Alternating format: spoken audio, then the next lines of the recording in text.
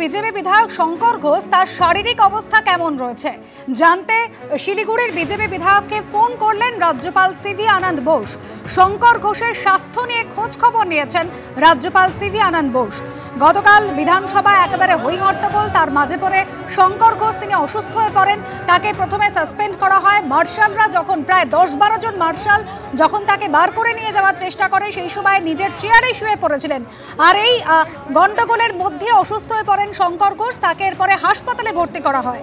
এবার শিলিগুড়ির বিজেপি বিধায়ক শঙ্কর ঘোষ তার শারীরিক পরিস্থিতি কেমন রয়েছে তা জানতে তাকে ফোন করলেন রাজ্যপাল সিভি আনন্দ বোস।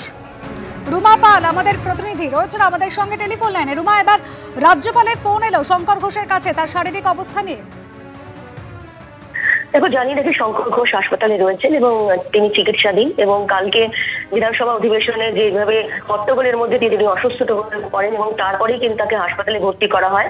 কিছুক্ষণ আগে রাজভবন সূত্রে খবর যে রাজ্যপাল ফোনে তার সঙ্গে কথা বলেছেন, তার খোঁজ খবর নিয়েছেন, তার শারীরিক অবস্থার খোঁজ খবর নিয়েছেন এবং পুরো বিষয়টাই জেনেছেন তার কাছ থেকে, এমনটাই কিন্তু জানা যাচ্ছে রাজভবন থেকে। ধন্যবাদ রুমা।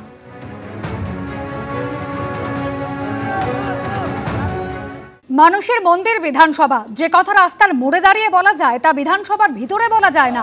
সবার এটা বোঝা উচিত। গতকাল বিধানসভায় যে ধুন্ধুমার পরিস্থিতি তৈরি হয়েছিল তা নিয়ে মন্তব্য স্পিকার বিমান বন্দ্যোপাধ্যায়। গণতন্ত্রের মন্দির আমরা বলি বিধানসভাকে, কিন্তু সেই মন্দিরের পবিত্রতা রক্ষার দায়িত্ব সবার আছে এবং যারা এখানকার সদস্য তাদেরও সে দায়িত্ব রয়েছে। আমার মনে হয় তারা আরও বেশি দায়িত্বশীল হবেন। যে কথা রাস্তার মিটিংয়ে রাস্তার মোড়ে দাঁড়িয়ে বলা যায় সেটা বিধানসভায় বলা যায় না। যে আচরণ রাস্তায় করা যায় সেটা বিধানসভায় করা যায় না। যারা একটা স্কুলের হেডমাস্টার মশাই, তিনি স্কুল পরিচালনা করেন, বা কলেজের প্রিন্সিপাল, এটাও আমাকে পরিচালনা করার ক্ষেত্রে, কিন্তু ওখানে ছাত্ররা অন্যরকম তাদের দৃষ্টিভঙ্গি। এখানে যারা রয়েছেন তারা তো ছাত্র না, অনেকে রয়েছেন ছাত্র অবস্থা থেকে অনেক বেশি তাদের বয়স হয়ে গেছে, তো তাদেরও এটা বোঝা উচিত এবং আমি আশা করি আগামী দিন তারা এটা নিশ্চয়ই উপলব্ধি করবে। আপনার বয়স্ক ছাত্রদের নিয়ে সবচেয়ে বেশি সমস্যা আছে? বয়স্ক ছাত্র তো আছেই, এখানে বয়স্ক ছাত্র প্রচুর আছে, দুষ্টু ছাত্র আছে। একদম স্যার, দুষ্টু ছাত্রদের ক্ষেত্রে আপনার দাওয়াই কি? তো দাওয়াই দিয়েছে কালকে তো দাওয়াই দিয়েছি, আইন অনুযায়ী যেটা অ্যাভেলেবেল সে দাওয়াই দিয়েছি। দুই বিজেপি বিধায়ককে হাসপাতালে পাঠাতে হয়েছিল, কিন্তু পরিষদীয় মন্ত্রী শোভনদেব চট্টোপাধ্যায় তিনি বলছেন কেউ আহত হয়েছেন বলে তিনি জানেন না। ধাক্কাধাক্কি ঠেলাঠেলি হয়েছে। বিজেপির মধ্যে এমন কেউ নেই যে ওদের একটু শেখাবে, আক্ষেপ পরিষদীয় মন্ত্রী। মুখ্যমন্ত্রীকে বলতে দেবেন, মুখ্যমন্ত্রীকে এটা কোনো ব্যাপার না। কেউ আহত হয়েছে বলে আমি জানি না। ছোটোখাটো ধাক্কাধাক্কিতে জ্বালা লেগেছে, কখনো আহত বলে চালিয়ে দেওয়া হয়। ধাক্কা মেরেছে, ধাক্কা মারলে একটু হবে, ঠেলাঠেলি হলে একটু হবেই। মানে আমাদের হাসিম আব্দুল হালিম বলতেন, ওপরে আল্লাহ নিচে আমি, তার মাঝখানে কিছু নেই। তো স্পিকারের অর্ডার হচ্ছে ওখানে এতটাই তার ক্ষমতা, সে যখন বলছে তখন মার্শাল তাকে বার করতে বাধ্য। আমাদের রাজ্যের যারা বিজেপি তাদের মধ্যে এমন কেউ নেই যে তাদের একটু শিক্ষা দীক্ষা দেবে, একটু শেখাবে।